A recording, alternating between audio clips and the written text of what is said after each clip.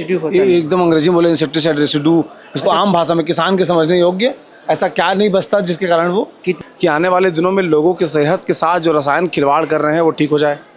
ये आपने देखा होगा टमाटर का पौधा, मिर्ची का पौधा है, जब उसमें फूल आता है, फल आने के समय सूख जाता है, तो ये इसका दाम 178 रुपया है। और 1 एकड़ के लिए अगर मैं अलग अलग विधि है तो लगभग 1 एकड़ के लिए पर्याप्त है। ऑर्गेनिक खेती करना चाह रहे हैं क्योंकि उसकी सब्जियां महंगी बिकती हैं। बिल्कुल बिल्कुल, हमारे यहाँ ऐसे कई किसान हैं जो धमतरी के हैं और इधर जो बड़े बड़े फार्मर है 100 एकड़ के 200, वो बिल्कुल निरंतर हमारे यहाँ से लेके जा रहे हैं। तना छेदक कीड़ा हो गया धान का, तना को छेद देता है, ऐसे अलग अलग भूरा माहो जो नाम हम लोग सुनते हैं, देखते भी हैं, तो उनके लिए भी कोई जैविक कीटनाशक है जो नुकसान न करे? देखिए, तो जैविक खेती करिए, मुनाफा ज़्यादा है, लोगों के सेहत से खिलवाड़ कम है।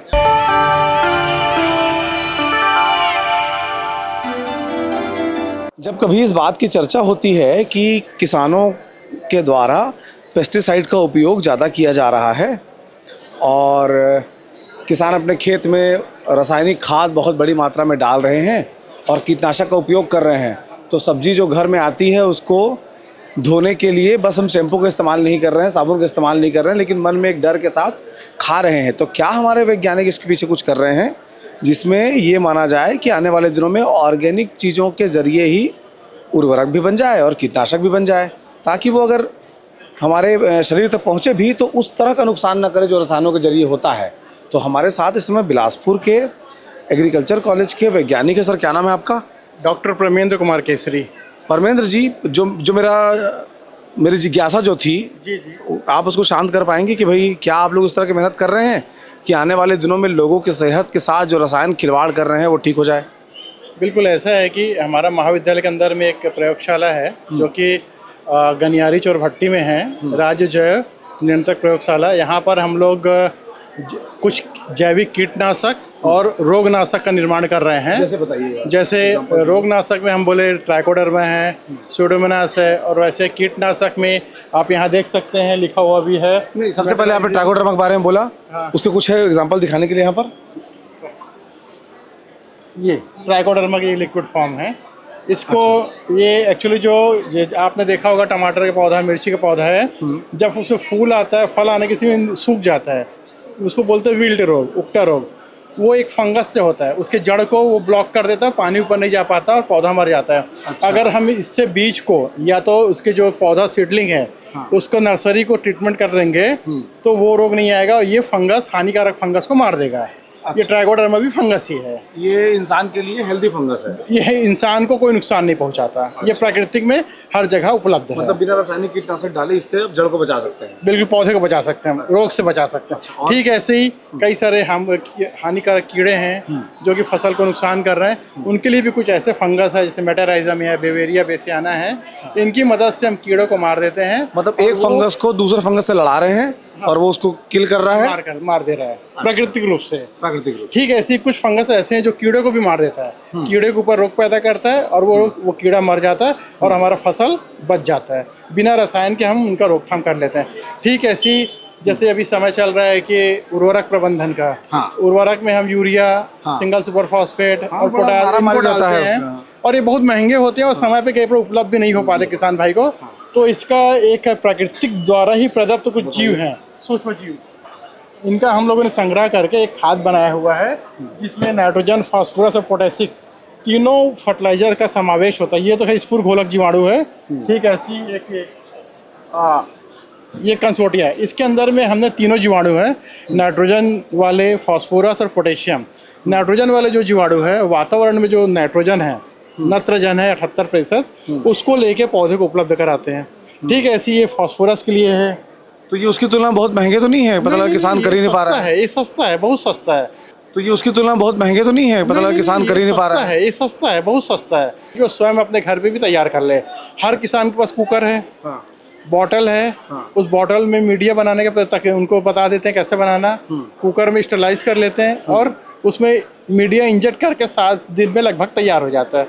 तो ये इसका दाम 178 रुपया है और 1 एकड़ के लिए अगर मैं अलग अलग विधि है तो लगभग 1 एकड़ के लिए पर्याप्त होता है। 178 और इसमें और ये मान के चलिए 168 रुपया, और ये मान के चलिए 1 एकड़ में आपका आधा बोरी यूरिया, की बचत कर देता है, और साथ में 4-5 किलो सिंगल सुपर आपका फास्फोरस और पोटेशियम की बचत कर तो ये देता है। प्रमाणित है कि मतलब किसान फसल डाल दिया फसल ही ना आया उसका? नहीं नहीं, ऐसा कुछ भी नहीं है। नहीं होगा ना? नहीं, बिल्कुल ये आपको लाभ ही देगा, नुकसान तो करेगा नहीं। प्रयोग किया हुआ एक्चुअली हाँ बिल्कुल, कई सालों का निचोड़ है ये।